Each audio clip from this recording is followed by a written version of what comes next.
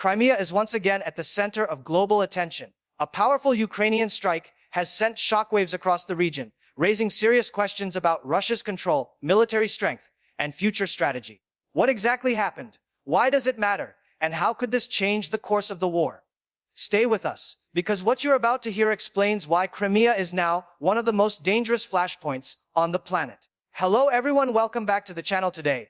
We are breaking down one of the most dramatic developments in the Ukraine-Russia war. The moment Crimea was shaken by a devastating Ukrainian strike that left Moscow reeling.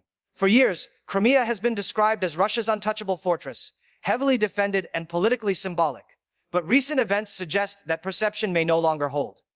Ukrainian forces have demonstrated improved reach, intelligence coordination, and precision targeting, challenging Russian assumptions about security in occupied territory. This strike was not just about physical damage, it was about sending a message. A message to Moscow, to Kyiv's allies, and to the world that Crimea is no longer beyond Ukraine's operational horizon. The reaction from Russian military bloggers, officials, and state media has revealed visible anxiety, something rarely acknowledged so openly. At the same time, Ukraine has carefully framed the event as part of a broader campaign, rather than a one-off incident. This distinction matters because it points to strategy, not symbolism alone. As we move through this video, we will examine what exactly was hit, how Ukraine pulled this off, and why Crimea's status makes this moment especially dangerous. We will also explore how this affects Russian morale, international diplomacy, and the wider battlefield.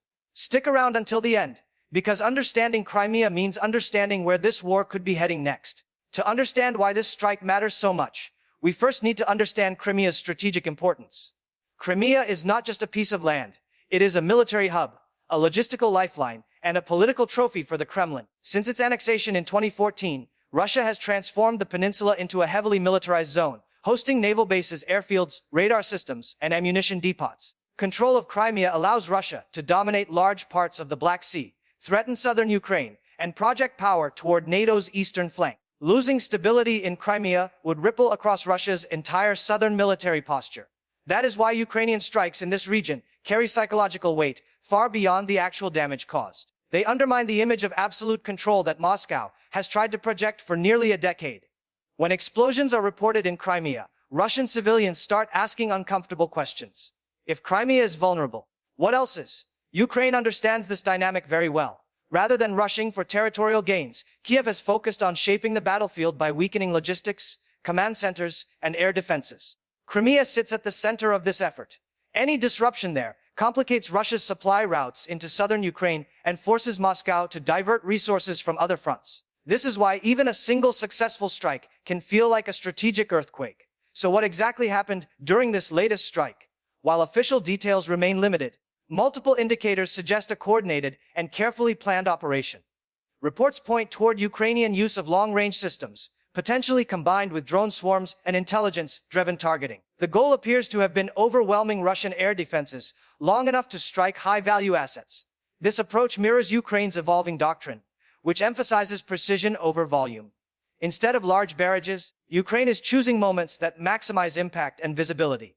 Russian sources initially downplayed the incident, but secondary explosions and emergency responses told a different story. Satellite imagery and open-source intelligence analysts quickly began identifying potential damage to military infrastructure. Even without confirmation of exact targets, the broader implication was clear. Ukrainian forces penetrated defenses that Russia had claimed were impenetrable. This has forced Russian commanders to reassess their assumptions about safety in Crimea. Air defense systems that were meant to protect the peninsula are now being questioned, and that uncertainty alone is costly. Every time Russia has to relocate assets, reinforce defenses, or restrict movement, it loses operational flexibility. Ukraine benefits from this reaction regardless of the immediate physical damage. The strike was not just about destruction, it was about forcing Russia into a defensive posture in a region it considers core territory. That shift carries long-term consequences. The psychological impact of this strike may be even greater than the physical damage. For Russian leadership, Crimea holds enormous symbolic value. President Vladimir Putin has repeatedly framed it as historically Russian and permanently secured. Any suggestion that Crimea is under threat directly challenges that narrative. Following the strike, Russian state media faced a dilemma. Acknowledge the attack and risk public concern, or minimize it and risk credibility. The mixed messaging that followed reflected that tension. Meanwhile, pro-war military bloggers, often more candid than official outlets, expressed frustration and alarm. Their reactions matter because they influence nationalist audiences and frontline morale. On the Ukrainian side, the messaging was disciplined and strategic. Officials avoided exaggerated claims while emphasizing legality and intent. By framing Crimea as occupied Ukrainian territory and legitimate military ground, Kiev reinforced its legal and moral position internationally. This balance helps maintain Western support, which is crucial for sustaining Ukraine's capabilities. International observers also took note. Each successful Ukrainian strike in Crimea reinforces the perception that Russia's control is not absolute.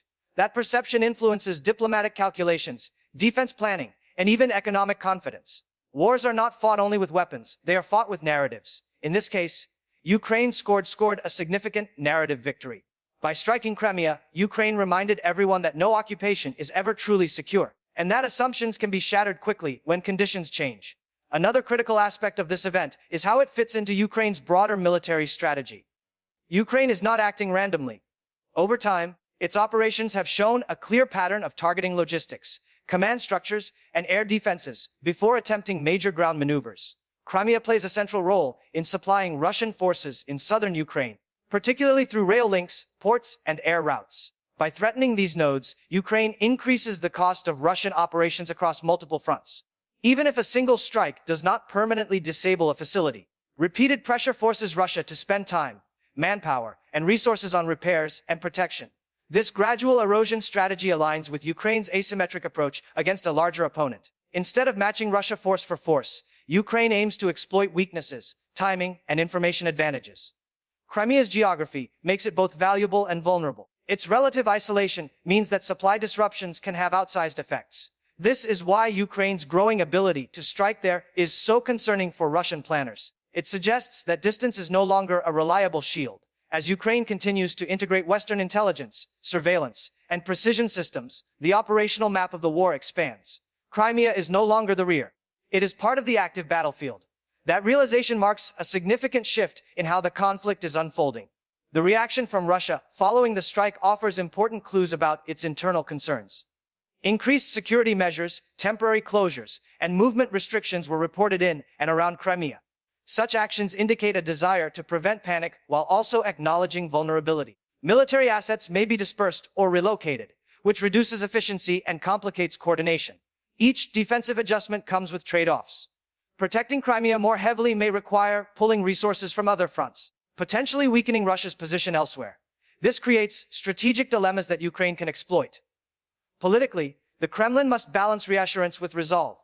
Admitting weakness risks undermining confidence, but ignoring threats risks future shocks. This tightrope becomes harder to walk as strikes become more frequent or effective. Economically, instability in Crimea can affect tourism, investment, and infrastructure development, further increasing the long-term cost of occupation. Internationally, Russia's image as a regional power capable of securing its gains takes a hit. Allies and adversaries alike watch how Moscow responds to challenges. A restrained response may signal caution, while escalation carries its own risks. Ukraine understands this pressure dynamic and uses it carefully. By choosing targets and timing strategically, Kiev can provoke reactions without triggering uncontrolled escalation.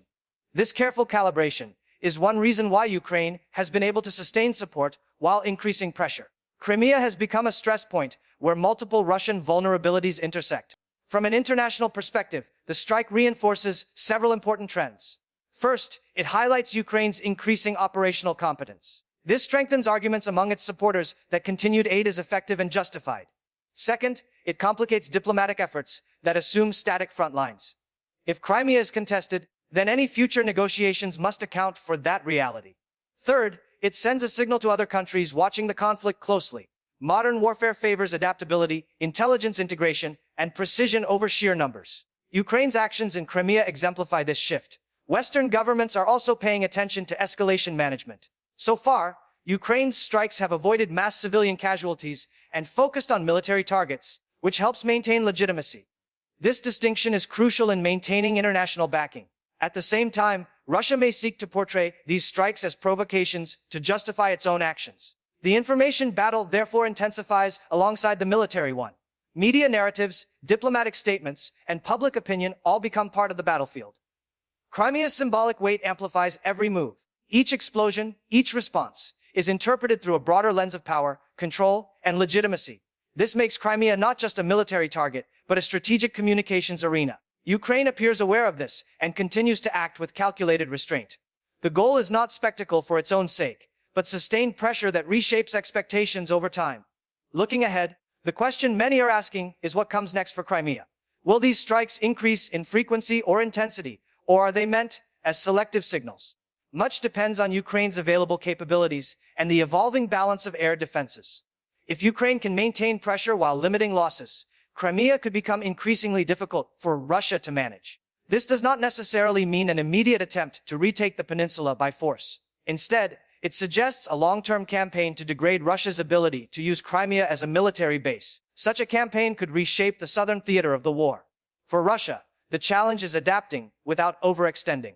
Fortifying Crimea further may provide short-term reassurance, but could strain resources already stretched across a vast bay.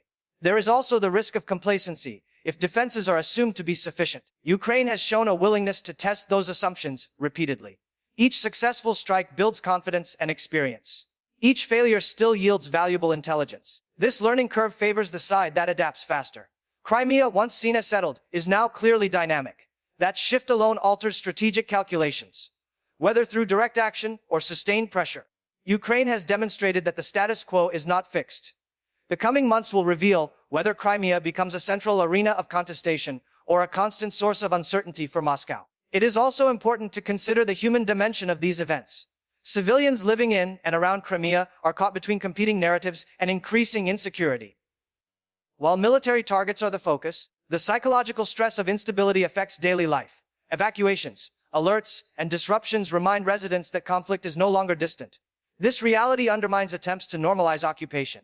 For Ukraine, emphasizing the distinction between military objectives and civilian safety is essential. Maintaining moral clarity helps preserve international support and internal cohesion.